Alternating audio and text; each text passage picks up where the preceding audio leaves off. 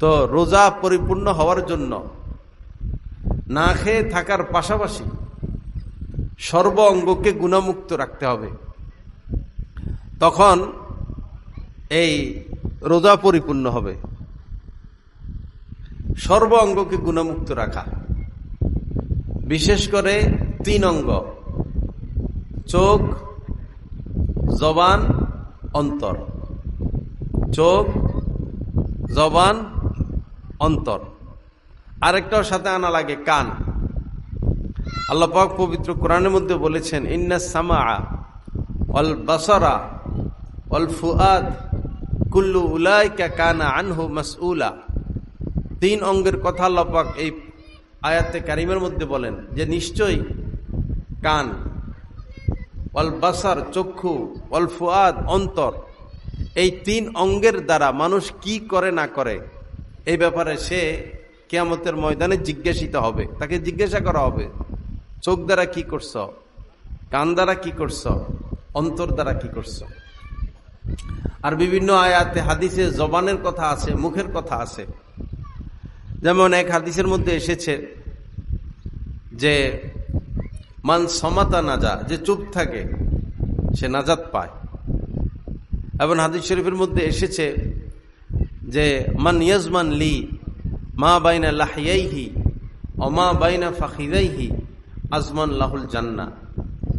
নবীজি বলেন, যে ব্যক্তি তার 2 অঙ্গের জিম্মাদারি নিবে, 2 অঙ্গ, এই 2 অঙ্গের দ্বারা সে পাপ করবে না। 2 অঙ্গের জিম্মাদারি নেওয়ার অর্থ হলো এই 2 অঙ্গের দ্বারা পাপ করবে না। এই 2 অঙ্গকে শরীয়ত মোতাবেক সে পরিচালিত করবে, তাহলে আমি তার জান্নাতের জিম্মাদারি নিব। সুবহানাল্লাহ, কত সহজ করে দিলেন জান্নাতে যাওয়া। মাত্র 2টা অঙ্গ দ্বারা আমরা পাপ করব না, সেটা বলেন নবীজি বলেন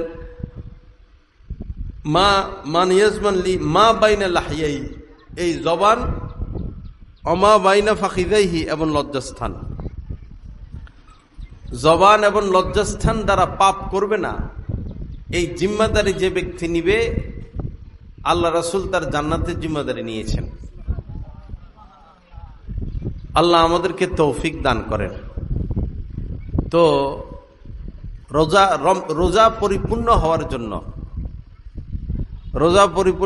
জন্য না খেয়ে থাকার পাশাপাশি নিজের অঙ্গ প্রত্যঙ্গগুলোকেও পাপ থেকে মুক্ত রাখতে হবে। বিশেষ করে চোখ। আপনি ইচ্ছা করলে সারাদিনই কুদৃষ্টি করতে পারবেন, খারাপ থেকে খারাপ জিনিস দেখতে পারবেন। যেমন মোবাইল, যত খারাপ জিনিস মানুষের দেখার ইচ্ছা, এটার সুযোগ করে দিল মোবাইল। আপনি ইচ্ছে করলে দেখতে পারবেন, কিন্তু দেখে শান্তি পাবেন না। মোবাইলে খারাপ জিনিস দেখে শান্তি পাবেন না, বরং আপনার উপর আল্লাহ পাকের পক্ষ থেকে অসন্তুষ্টির আগুন নেমে আসবে। অসন্তুষ্টির আগুন। রব্বুল আলামিন যার উপর অসন্তুষ্ট হন, তার কপালে সুখ শান্তি থাকে না। অসন্তুষ্টির জ্বালা বড় মারাত্মক। এবং হাদিস শরীফের মধ্যে আরো বহু স্পষ্ট কথা আছে, লাআনাল্লাহুন নাযিরা ওয়াল মানযুরা ইলাই।